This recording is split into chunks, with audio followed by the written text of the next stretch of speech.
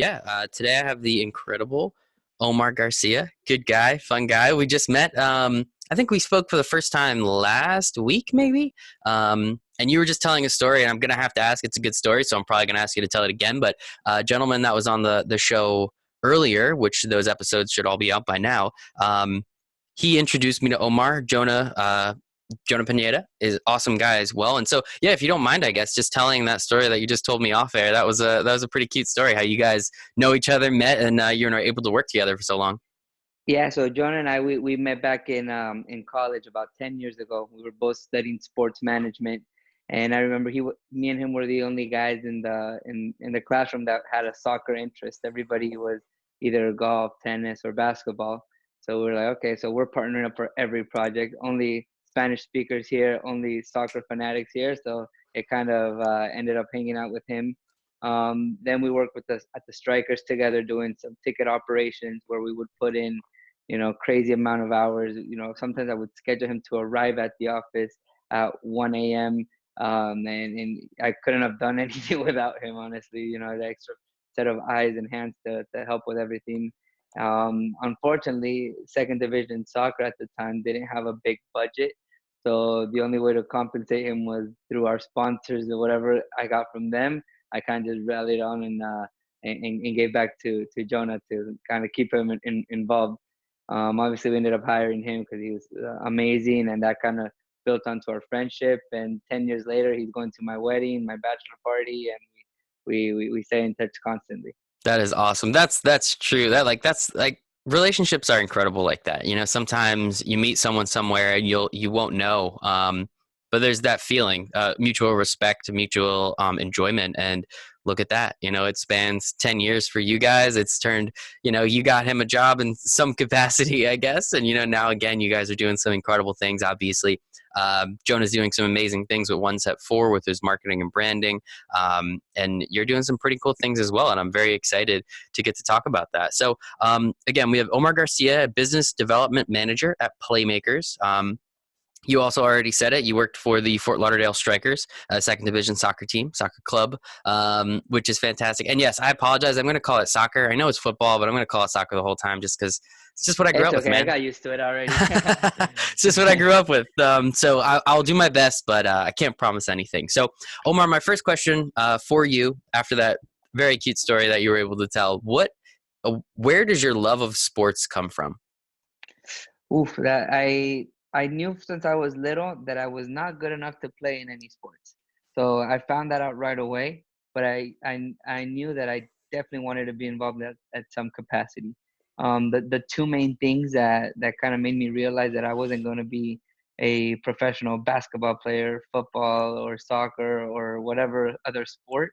I um I I played everything, but I was never the best at it. I always had teammates that, if I wasn't the first guy getting picked on the teams, definitely not the last one, but in the middle pack, if in local sports, if you're not the top, you should already know that you're not, aspiring to make it to that next level. Then the second thing, I had a couple friends that did end up going into some sort of professional route or trying to get to the professional route, and it was a lot of questions on their lifestyles. It's like, well, I have a 2-year contract. I have to leave all my friends to go to a different city, and then let's see what happens if after that 2 years. And I know that I did not want to do that. I did not want to be in a position where I had a 1-year contract and not know what was going to happen after, if I had to change cities, if eventually I needed to settle down. And I did like the traveling for some portion of it during the strikers era, but that excessive traveling, you miss out on families' birthdays and stuff like that, and I didn't feel it was right for me at the time. I started playing soccer when I was 6 for this local team that we used to be called Cruz Azul, which in Mexico is one of the first division teams there. And since there, I ended up being a Cruz Azul fan. The last two times that they won the championship in 2013 and 2017, I went to Estadio Azteca in Mexico City to go watch them. They lost both times against Club America, so a little bit of a rivalry there. It happens to be that's my dad's favorite team.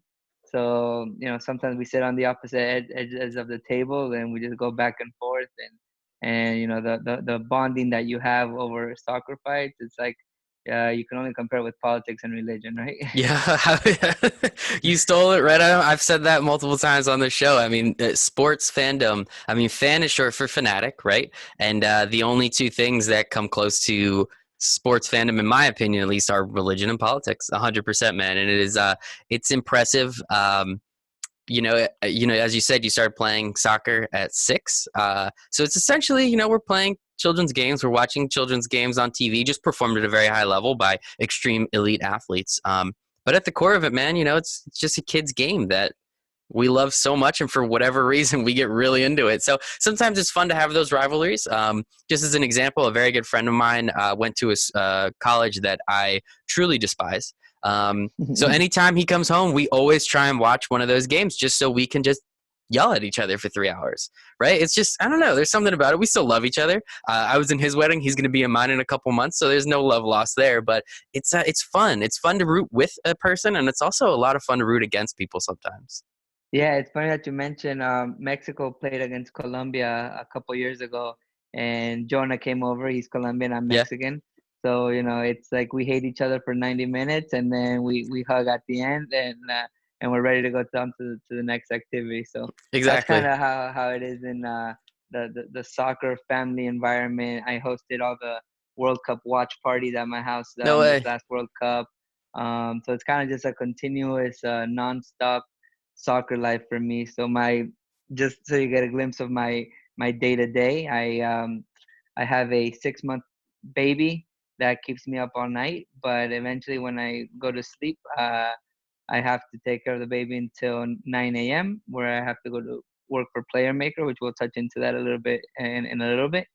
I finish work at 5, go home, change, grab something to eat on the go, and then I go coach youth soccer. I have a U16 girls team and a U11 boys team, and I'm usually there for 3 hours every day. So actually, once I'm done with you, I'm gonna head out over there and work on a couple sessions with them.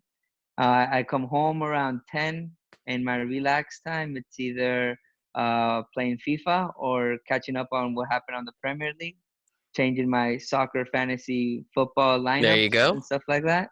So I can wait until the baby falls asleep again to do it over again. Love it. So that's just kind of like the everyday, FIFA, Premier League, coaching, player maker lifestyle that never ends. It's awesome, man. I mean, hey, if you love it, you never work a day in your life, right? And obviously, your child is a whole nother ball game. But I mean, just the fact that you're this in depth and this in so many different ways, I just love. You were saying you and I spoke about. I think when we originally connected, I think you were driving on your way to coach that soccer team. Yeah. So I mean, considering you just went over your whole day, and it doesn't seem like there's too much downtime. Thankfully I got a couple minutes of your time and we're going to get to chat here, but what is it? I mean, clearly again, the love of sports is there. What is it even with a 6 month old that you're willing to put so much of your time and energy into this business, into coaching these kids? Like, what does that mean to you, and why do you do so much of it with, again, just so few minutes in a day? Well, I think you hit the point is if you're doing what you love, you're not really working, and I really have a passion for this sport, and I don't see myself doing anything else but being in the soccer industry. I tell people like, don't worry, eventually I'm gonna be the person. They'll give me the nickname of Soccer Omar. I have a mentor here. They call him Soccer Tom. Nobody knows his last name. They just know that his name is Soccer Tom. So I kind of want to, eventually lead up to that, and I really get passionate about it. Sometimes I've taken, I think my baby, she was 2 months old when she went to her first game that I was coaching. Oh, that's cute. I had to have the parents take care of her while I coached their kids, so they took care of mine while I took care of theirs. So it was a good trade off. Obviously, they were more experienced than I was at the time, so it worked out. That's pretty funny. That's awesome though. Yeah, I'm sure the parents were all about it. Everyone loves a newborn, right? Everyone loves a baby. And you know, if there's enough parents there and someone gets tired of it, they just pass it along to the next one. You coach their kids, so a little bit of collateral involved, I guess. But Yeah, that is I pretty told I'll funny. take care of your kids for the 90 minutes that they're here, and then if I have, let's say I had 9 kids there, each of you guys take 10 minutes with mine, and then we'll we'll call it even. Easy split. I like that. That's funny, man. That's a good story. So with, you know, obviously everything you do in football, everything you do in soccer, I do want to talk a little bit about the strikers some more because I saw that you were there for a pretty significant period of time, a few years, about 5, if I'm not mistaken.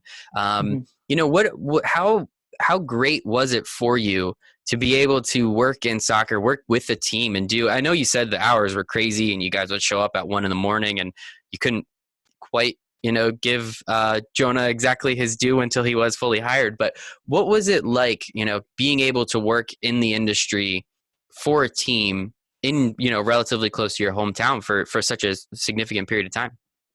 Yeah, so I started when in 2011. I remember January 2011 when they rebranded from Miami FC to the Fort Lauderdale Strikers. They kind of brought back the legendary Fort Lauderdale Strikers from the 70s, where they had, you know, Nene Cubillas and then a couple, you know, big time um, soccer players from that era.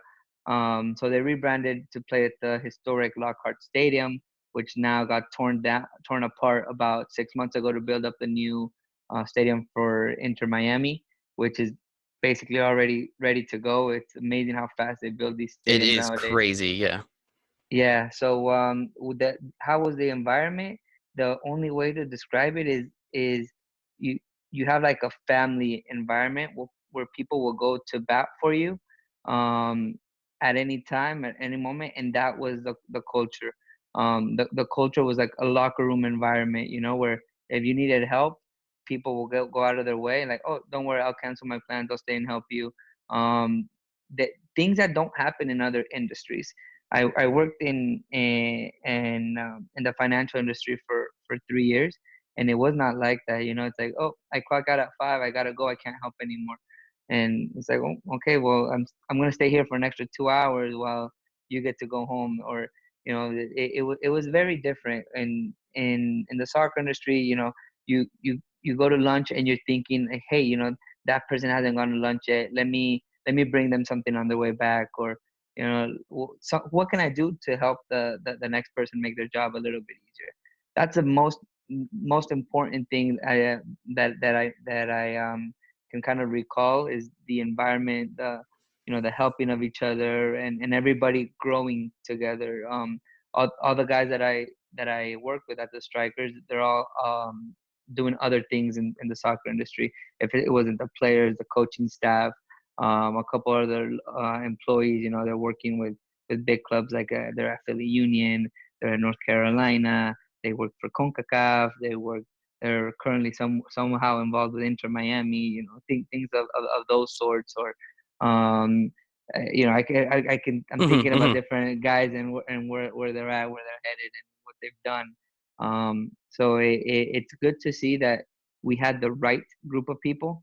Um, the At least, you know, the grassroots portion of it, where everybody was going to be in the soccer industry for many years. That's So awesome. I that's mean, it's different. oh, absolutely. And you know, I wrote down that you worked at Bank of America for a couple years. I worked in finance for a couple years. I absolutely hated it. I actually liked the people I work with a lot. They were super helpful, and but it's, you know, it's just something where I'm not passionate about finance. So getting up every day, having to go talk about the stock market, was not something I was enjoying at all. And I don't know if you enjoyed it, but it's pretty clear that you really enjoyed talking about soccer, and getting back into doing that is something, you know, I'm happy for you that you were able to kind of, you know what, not quite my style. Let's go back to what we were doing. And I think it's awesome, you know, how you were talking about the family aspect of working at the Strikers. And now, you know, you just rattled off like 6 or 7 things that some of these, you know, as you said, your former, you know, coworkers, employees, and all these coaches, and now what they're doing, it's incredible. You know, I mean, this was a few years ago, but at the same time, it's just a very easy way for younger people to understand, like, you have to get in at some point, right? Like,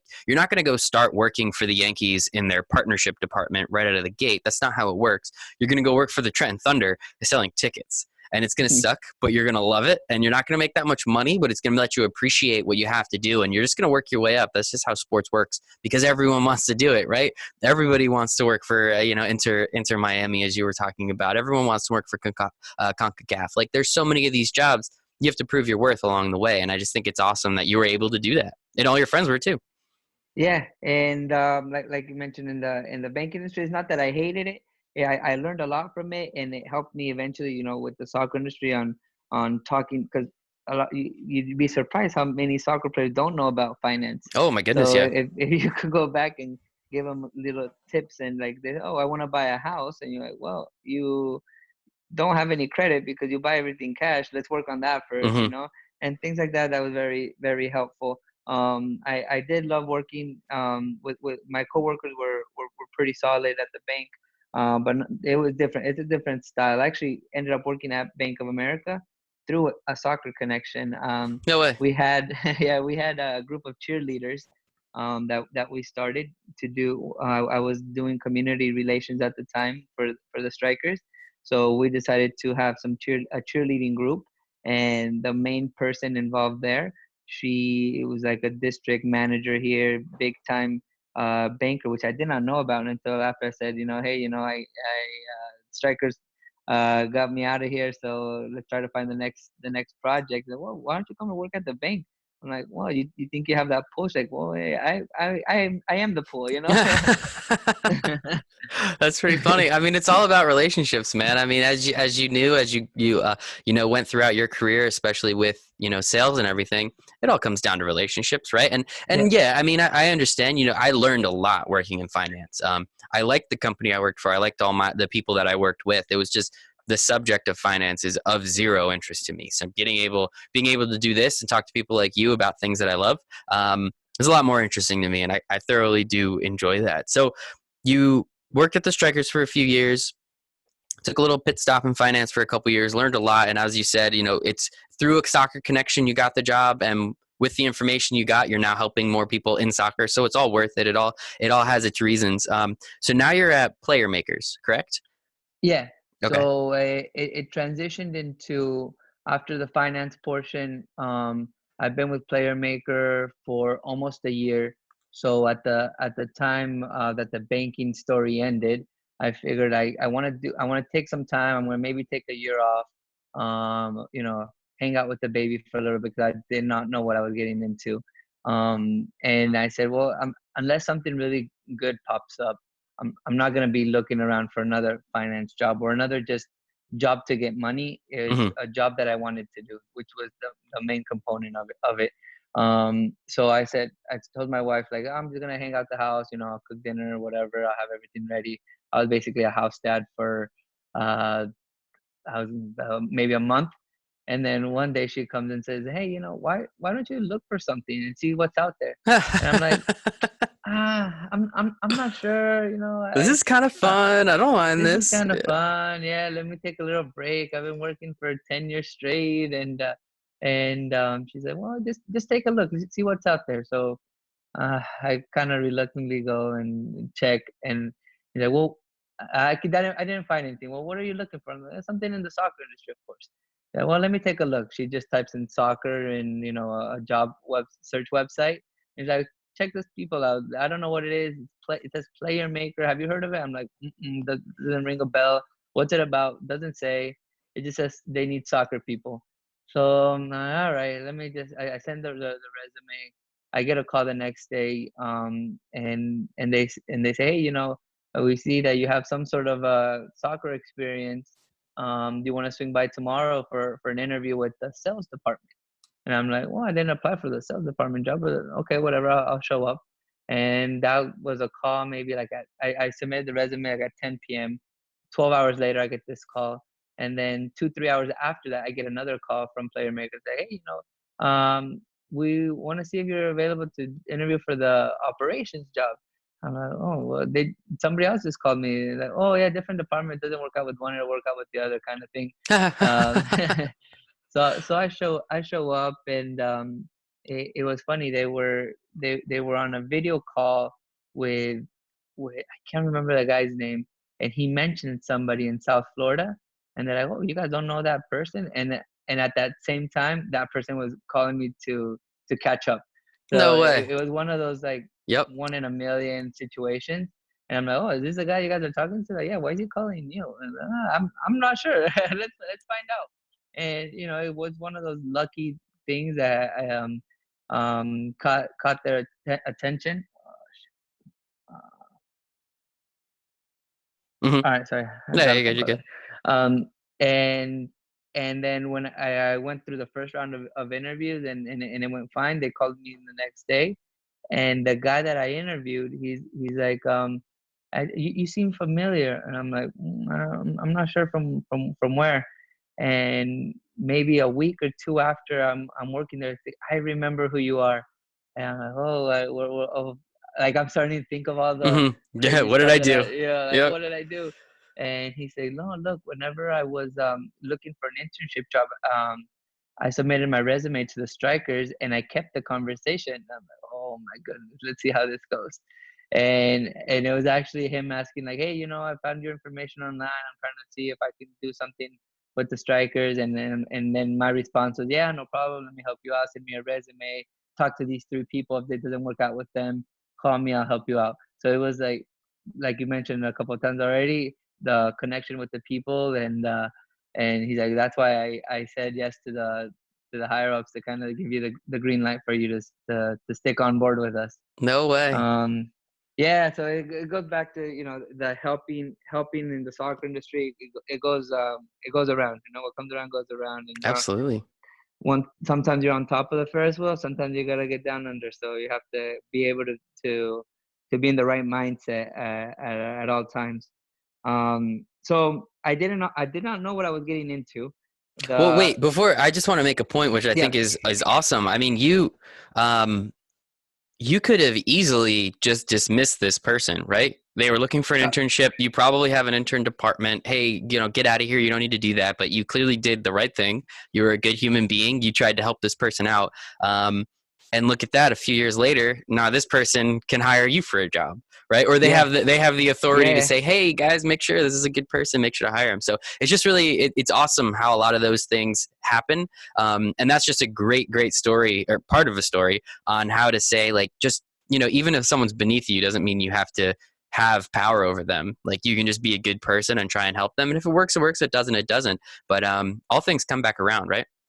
right. And the soccer industry is very, very thin. So the people that are in here, they'll be here for several more years. So if you can help them out whenever they need an extra hand, it'll come around.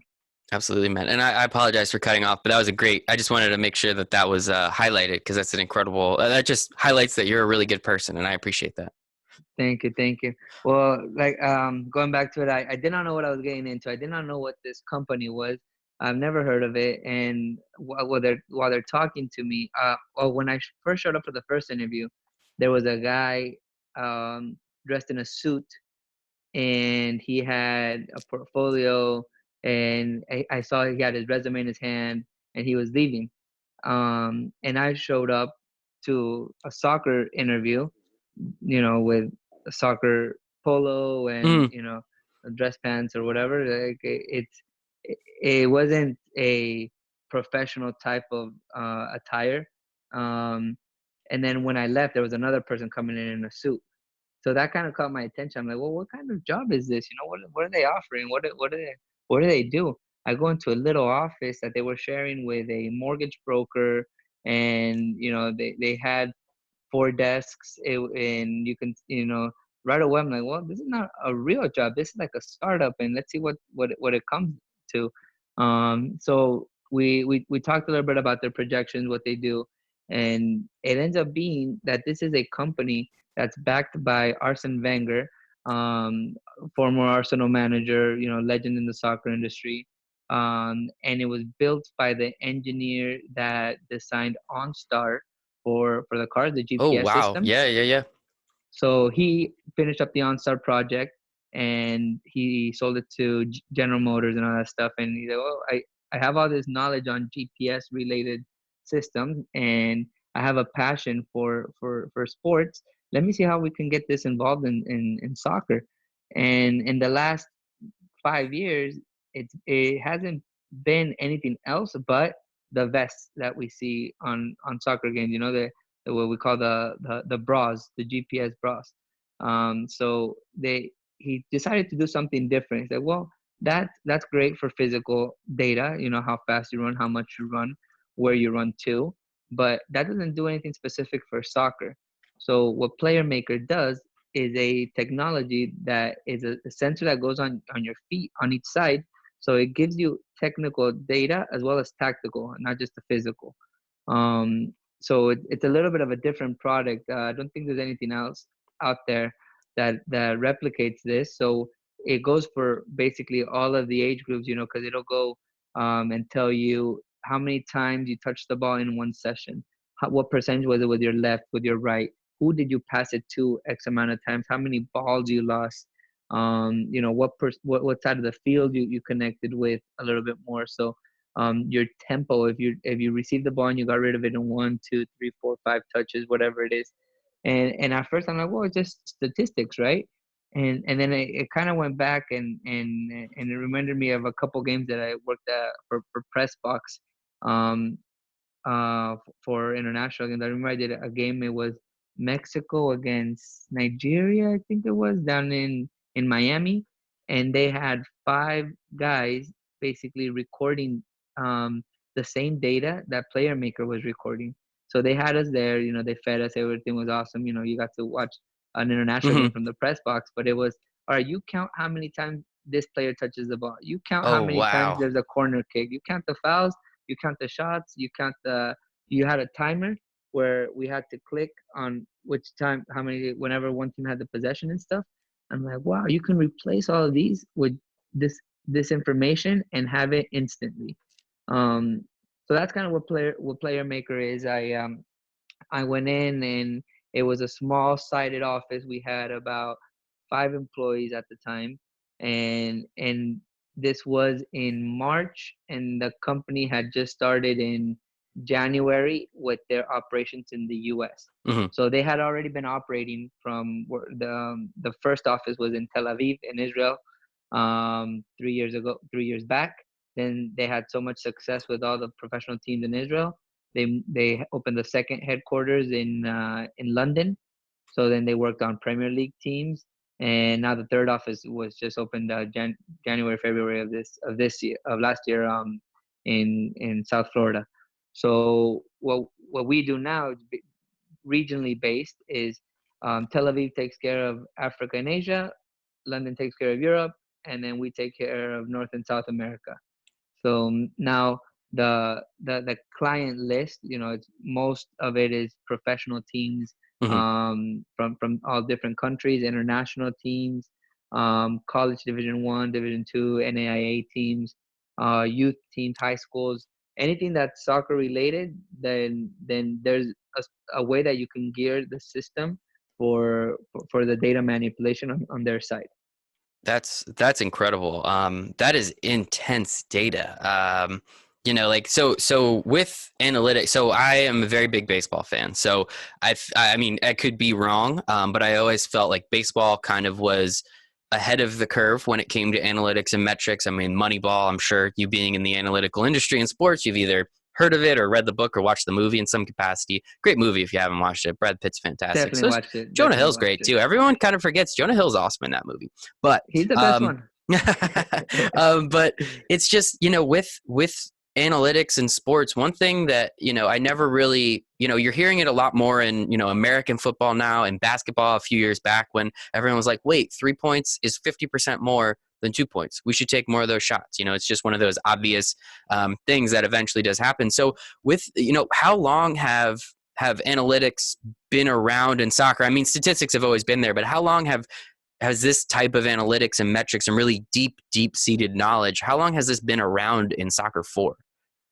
Well, I thought about this when I first started with Player Maker. We didn't have any technology of this sort in the soccer industry when I was with the Strikers. We didn't have any stats to measure anything except off of the top of your head. You know, it's like, well, we had this player that every time that he played, we won 70% of the matches, but it Hey, was those are only good like an stats internal too. thing. Yeah, You those are know, it good was stats only too, like an though. internal thing. It could have been luck. It could have been whatever factor you want. He and or maybe he only played on the easy games. We don't know because we didn't have any other stat besides that. Um, so we didn't really have any technology systems there uh, that can be translated into improving soccer. You know, improving your tactics, improving your technical ability. Maybe for a professional, working on your technical ability is not a priority because you should already be proficient at it.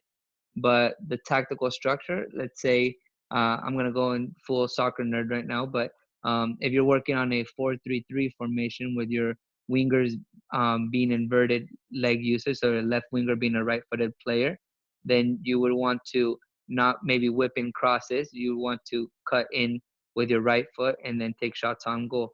So the analytics on that, you would want to see as a coach that they are dribbling with their dominant foot more times than one time leg usage, you know, or one time getting rid of that ball. This is very precise to what the Pep Guardiola style is. He doesn't send a lot of crosses in because he's never really had those big target forwards right now with Agüero and Gabriel Jesus. Before, you know, with David Villa and Messi, and he had all the smaller size players, Xavi, Iniesta, and Barcelona. So his style of play is very bring in the possession, knock the ball around, keep a lot of the possession. The famous tiki taka that was implemented by him, and then or the other way around. If you have those wingers and you have a left-footed player on the left side, and you have your big forwards, your Ibrahimovic's, you know, your Oliver Giroud, and stuff like that are the big guys, you know, 6'3" and up that can win headers, then you might want to be whipping crosses with the left foot. So that kind of at the end of the analytical portion, you would want to see as a coach during your practice sessions. You know, those are the corrections that you're able to see on the tactical side. Technology wise, before it's still very new. There's still we're still finding ways how one coach uses a system compared to another one, how one coach reads the same data in a different way. You know, we have a coach that says, hey, Omar, we have this player, he's a pain in the butt, I don't like him at all, I'm the head coach, but every time that he plays, they force me to play him, and he ends up scoring a goal or two, and so that's why they want me to keep on playing him. So I'm like, well, why don't you find some data that goes and that you can show the player to improve what you want him to do.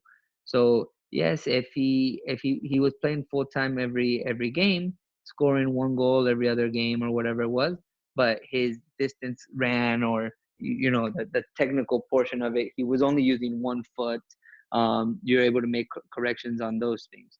Or on the other hand, I have a coach from a DA club that he says, hey Omar, I have this kid, he's the most energetic kid, such a good person to be, one of those locker room glues, we call them, right? That kind of pushes everybody on the team to be better. How do I keep him when he's not as efficient during games? Well, use the data to find points that highlight his best attributes, and go off of that when you know when you have to report to your higher ups of why you're keeping him instead of the other kid, right? Find the points where he's the most effective on, or what he's doing better than the rest, and say, hey, this is why I need him, because he does this more than this other player. So That's that's kind of how the different data is Yeah, used. that's awesome. So thank you for that. That is a crash course in soccer analytics right there. So I do appreciate that, man. That is super interesting. So I mean, one thing, you're not just business development. You're a consultant kind of too. Like it sounds like you're talking to these teams and you're getting to know them and understand their needs. And obviously, you know, that's as you know, build those relationships as a salesman. But after that sale, it sounds like you're continuously going back, because one thing that I've seen in analytics, and I work in a couple different sports, mostly on the Olympic end, and there's data, right? The data exists and you can capture it. it's just how you use it and how do you utilize it, because there are so many people like in some of the sports that I work with that they take in all this data, they have it, they look at it, and the coaches are like, I don't know what the hell to do with this. And then they stop utilizing it. They know they need to use it. They just don't know how to use it or what to use it for. And as you just described, it sounds like you're very proficient in understanding, like, okay, how this is how you're going to use it. Now you use some very high level examples, talking about Messi and Zlatan, but for the as you said, you work with youth teams, you work with a lot of different teams. How have you been able to see, just with, say, the 16U team that you work with? I assume you use the product. Like, what do you see as a coach when, not understanding that these kids aren't going to be as proficient as, Messi and some of these other incredible players? How do you utilize it to make sure you're getting the most out of them, but also teaching them still how to play soccer? Because they're still at a young age that they need to know really how to play the game still. Yeah, so I have definitely used it with my younger teams, and the difference is what information I look at when I'm with them. For them, it's more about development on the technical side. I can't work on a high press in the attacking third, and receiving long balls and stuff like that if they don't have the technique to be able to control Mm-hmm. those balls. So one of the main things that I look at as a coach on that younger side is the right foot, left foot usage percentage to make sure that they're proficient with both feet. I look at the work rates to make sure that they're active most of the session. And the other thing I look at on the coaching side to make myself better as a coach is how much dead time do they have in a session, which is not really a player maker doesn't try to make a coach better, but eventually it does. If you see that a player is with you in a 90-minute session, and let's say it took you 10 minutes to show them what the first exercise is gonna be, then you had a 5-minute break for water, and then you went to your second exercise, and it took you another 5 minutes. You lost 20 minutes of just talking. Or if you're splitting teams and breaking down different things for them to do, if you spend 20 minutes out of your 90-minute session talking and organizing, then you didn't come prepared as a coach. If you have 3 sessions a week, you just lost an hour that your opponent is touching the ball and getting stuff done while you're over there chit chatting. So that's one of the main things that kind of opened my eyes, as a coach, to see how the data can be used for myself, and then for the kids. One of the main things that they got out of it was motivation. So they see, hey, I can't believe that this player is faster than me. How is that possible? Mm-hmm. You Mm-hmm. know, That's kids right there. Yep. and it's crazy. The first time you go with any club and you strap the kids and you tell them what they're going to be doing, the every coach has told me, I've never seen them work this hard before. I'm like, yeah, because now they're being watched. It's not Yeah. like, Right. oh, we're go and take 6 laps around the field or whatever, and then one kid decides to do 5 because nobody's looking. Well, now everybody like has to do the same thing, because we will look at you at some point, and point out that if you're doing something different. Yeah, and that is an incredible example. The first one that you gave about, being a better coach, like that is a clear example that you utilize the product, right? Like how like you will see, oh wait, these guys were just standing around for this amount of time, like we weren't doing anything. So that as you said, that'll just help you become more proficient as a coach. And I think that's a very clear example on how you have utilized the product and you have gotten better. As you said, it's not going to make you a better coach, but it can help you improve on certain things and certain aspects that maybe you need to improve upon. So that is very interesting. So with your company being global, America and the United States is a very it's a hotbed for a lot of sports, especially ones that come from other countries, because we have the 4 major sports here. We have basketball, football, hockey, baseball, but there's still so much room for growth, like lacrosse, rugby, rowing, soccer. There are so many sports that have just extreme possibilities when it comes to growth because there's so many kids here. I mean, it's a country of 350 million people, however many which are under the age of 18. There's so much opportunity. So what have you seen, especially with like the most recent, U.S. women's national team, them winning the World Cup last summer? how do you see these cycles? Because you've been doing this a little while now. How have you seen the growth of the sport grow with the success that we can see on like a national scale? Well, we just came back from Baltimore. We had the United Soccer Convention there. Um, thousands and thousands of people participating, all um, soccer people, if it's selling soccer balls, uniforms, other types of technology, video analysis, coaches from a rec level to MLS level, people working for the federation and stuff like that. And you can start to see how the technology is going to advance into making soccer a a powerhouse in the world. So one thing that I just did my advanced national course 2 weeks ago here in Florida, and then I did the C license a couple weeks ago as well. And something that they didn't teach me in courses before, and that they focused on this one, was the analytical portion. They, instead of saying, "Hey guys, very you were very successful at attacking your opponent," they want you to change your mentality and say, you were very successful attacking your opponent because you penetrated the defense 18 times in the first 45 minutes. But how do you know this it was 18 times? Well, before you're counting, or you have an assistant coach that does it. But if you have some sort of technology to help you improve on these points, and then you're working on specific topics, um, it's an advantage that other kids won't have. You know, you go to other countries, and if they're not using technology to enhance their players, they're gonna be left out. Um, I believe that every generation has a chance to be better than the previous one, just because of the experience from the first generation. We can go on and on about the LeBron against MJ, different era, who's better. I'm on the stance on, you MJ did not have the advantage of watching LeBron and watching his mistakes.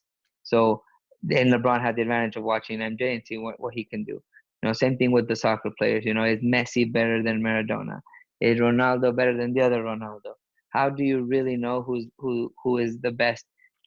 Because the stats obviously are different from. It was a different game back in the Hmm. day. Sometimes they didn't have VAR. They didn't have yellow cards on your head coaches and that kind of stuff. They did not have that technology. So now, how does it affect the way that you play? It's a different sport. So if FIFA is going to allow technology to be used in the the higher edge of things, then we need to be using it with our lower groups. We Hmm. have to be using it with our development teams. We have to be using it with our academies, all MLS, USL. Every team here should be using it, and it should be not a luxury. It should be mandatory. It should be mandatory that when a coach for a college team is saying, "Oh, well," before it was, "Send me your highlight video." Yes, of course, I can send you a highlight video of myself. I get, you know, another group of 11 fat guys that are 30, and I tell them, let me do this and let me do that, Uh-huh. and it'll make me look like a superstar. But can I show that coach data specific to the specific position that he's looking for? Let's say he's looking for a left back, and his previous left back is gone from the college team because he graduated, and he knows that previous left back did a lot of running. He was proficient with both feet. He was running. Let me go back to not a lot of running. He was running over eight kilometers per There you game. go. There you You go. know, Uh-huh. he had at least a 60-40 left foot right foot usage. So he's dominant on both sides of the ball. Um, how can he find a player that's like that without stats? He'd have to Hmm. go and look individually instead of, "Hey, coach, let me send you the stats from my previous 3 games. Here's the video that shows everything that happened in that game. You can sort out by every possession that I had." So now the coach can just watch, "Oh, the kid touched the ball 40 times during a game. Let me just click on those 40 times, 2 seconds before, 2 seconds after, so I can see what he does right before getting the ball, right after, what's the movement like." Because the stats can be, you can if you're playing a top level team, it'll be different than if you're playing the worst team in your league, you know. So that's kind of where we need to be using some sort of technology. If it's not player maker, you know, you have a whole bunch of other options depending on what you're looking for as a coach. But there should be a benchmark to say, in 2020, our average player in this position did this. How can we as coaches make it better for next year? And if we focus on getting better every single year or every single session with this technology, then our kids will be better. Kids being better turns into better pros, better national teams. Boom, World Cup. There I we tell go. people the U.S. is gonna win a World Cup before I die, and I'll it's cross gonna my happen. fingers. It's gonna happen. It's gonna happen. Well, hey, I with see your the help, development. with Yeah. soccer Omar's help, I think that that's absolutely a possibility. But man, this is you are very. I love it. I mean, you know, you're clearly very good at what you do. You understand exactly what you're doing, and not only just from the hey, these are the features, but you know, always in sales, you have to understand the benefits and how it will benefit somebody else. And clearly, you're very good at explaining that and what it means and how that's capable. So Omar, this was wonderful. The last question I have for you is I mean, you being here in the United States, as you said, the company's been around for a few years now, but what is the vision for Playermaker either here in the United States or really just as a global powerhouse within this industry? Um, I think it's we're revolutionizing the market right now. You know, we saw it in Baltimore. We the technologies that are out there provide certain things. And Player Maker already has a very big advantage because we're already with the biggest clubs. You know, if you think of big powerhouses, you know, international, you think of like Argentina, you think of international clubs, you like think of Manchester City, you think of in Mexico, Club America, MLS teams here, you know, first division teams, college teams, you think of UNC, you think of, you know, these different um, teams, they're already using Player Maker. So I think the vision is to just keep on spreading the word of saying, look, this is the next option.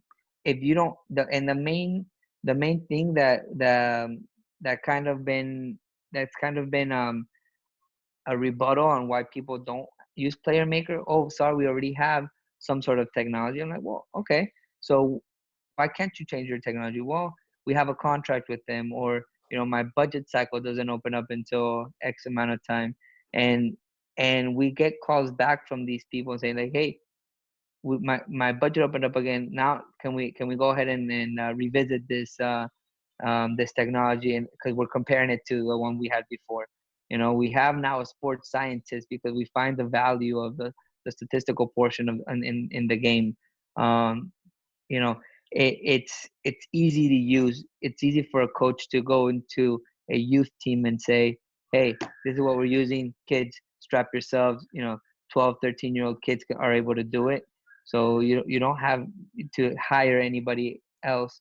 You don't have to have that stats guy just, you know, tracking in corner kicks and stuff like that. Now you hire an army of stats by having a player maker alongside with you.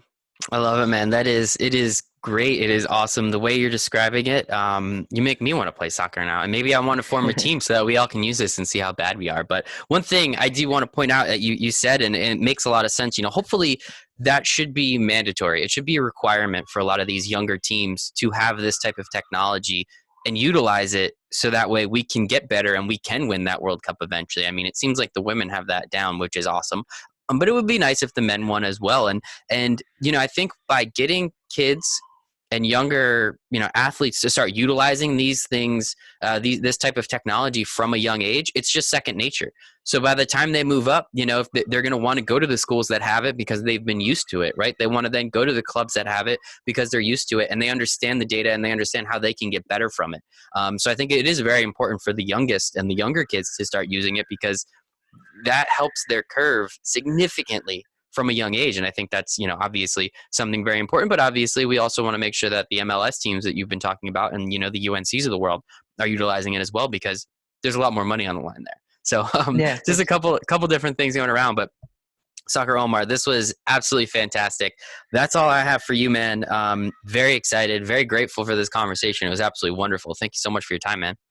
no problem, no problem. Always a pleasure. You know, if you can get me to talk about soccer full time, you know, that's kind of what I do. So, Hey, man, you and me both. If I could do this full time, I'd be the happiest person on earth. So hopefully I can find a couple more people like you that just want to chat with me and want to listen to the conversation. So I really appreciate it, Omar. Thank you for your time. thank you. Have a good one.